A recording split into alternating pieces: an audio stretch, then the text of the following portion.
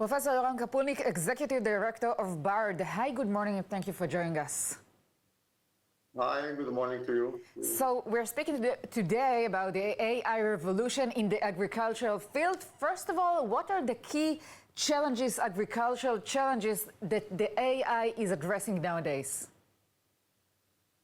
Okay, something which is actually across the world, we need to produce more food for more people. Mm-hmm. And we need to produce more food in a situation that we have eroded resources, our soil and water, less water, and we need to produce it more effectively and more efficiently.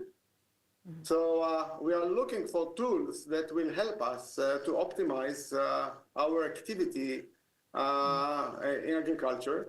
And AI was just there to be utilized. In a matter of fact, just like that, just before the Corona time, when AI became from experimental tool to essential integrated system. Mm-hmm. And that's actually the revolution, because we need to feed more people. Mm-hmm. Prices of food are rising, and we need to find a mechanism by which we can produce more with less resources. So, Professor Kapulnik, how are farmers today actually using AI? Can you give us examples from the real world platforms and tools? Yes. First of all, all the world is moving there with the United States, which is actually leading in adaptation and innovation. And that's something which we can show that the mechanism to produce more is to do it more precisely. So AI is allowing us to apply what we call precision agriculture. Precision agriculture, because we have a lot of satellite image, a lot of information from soil, from weather data, and we need to somehow to compile it and get a good resolution in order to decide when to plant, how much to irrigate, when to harvest. And that mechanism that allow us to compile everything and to give very accurate information became a very important tool in agriculture. And we can't emphasize enough that this revolution is worth. Yeah, yes, please continue. No, it's what we can see. We have a reduction in usually farms which are using AI technology, reduce the water irrigation, and usually they boost the yield up to 30%. And this is a very dramatic without changing other things, just do it accurate and correctly. Yeah. And not to mention the fact that we need a lot of labor in agriculture. AI can drive and can move a lot of autonomous vehicle in the field and can help us. AI also, we learn.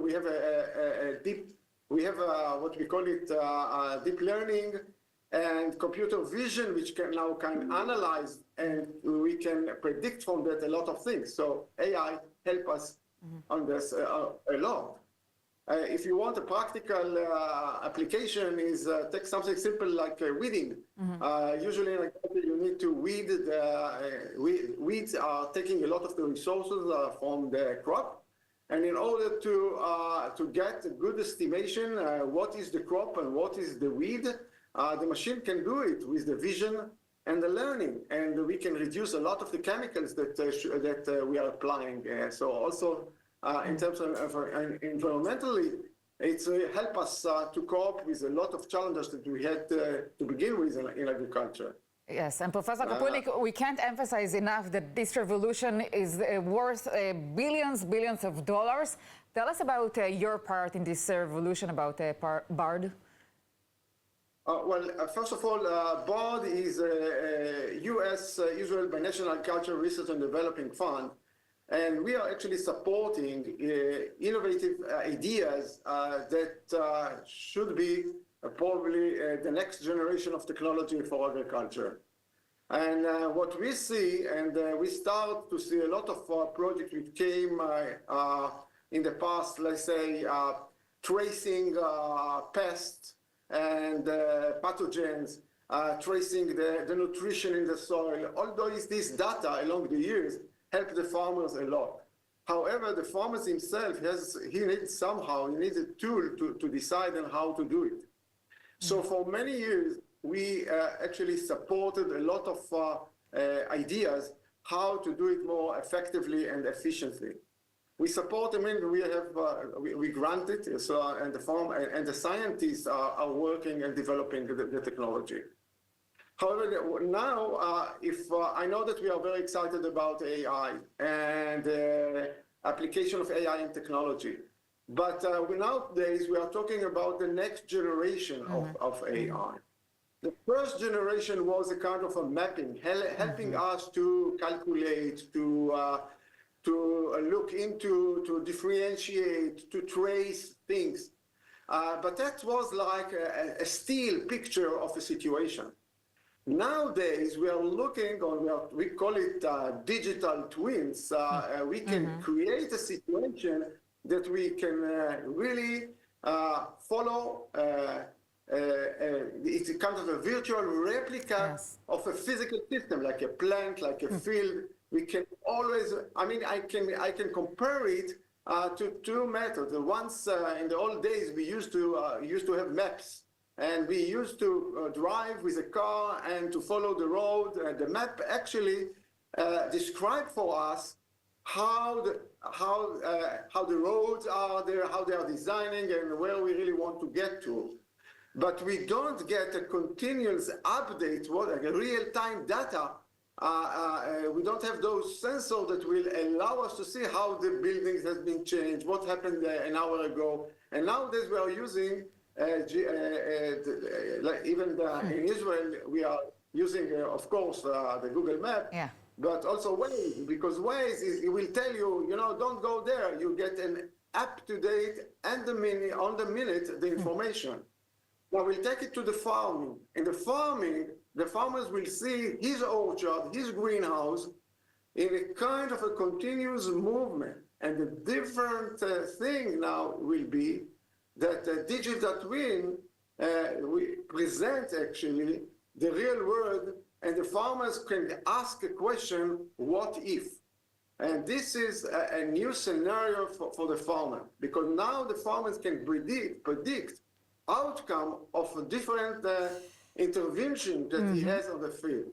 And that's actually make a data-driven decision with a very smart one, and that will keep probably progress worldwide. So, yes. So what about what we did just recently? We did just recently. We decided to initiate a digital twins workshop for not only the farmer. NVIDIA will be there. The big players will be there. And that actually we will describe to the farmers the revolutionary step for them, building on the AI foundation. We started this today to talk about AI, but now we are talking about the foundation. AI is a foundation, and I think that we here in Israel has a lot to contribute that. We have a lot of startup. And we have a lot of IT technology which is developed, which we can tie in to the next step of AI revolution, which is digital twin. So the next step in Israel is for a global leader in this field. Thank you so much, Professor Kapulnik. Thank you for more too.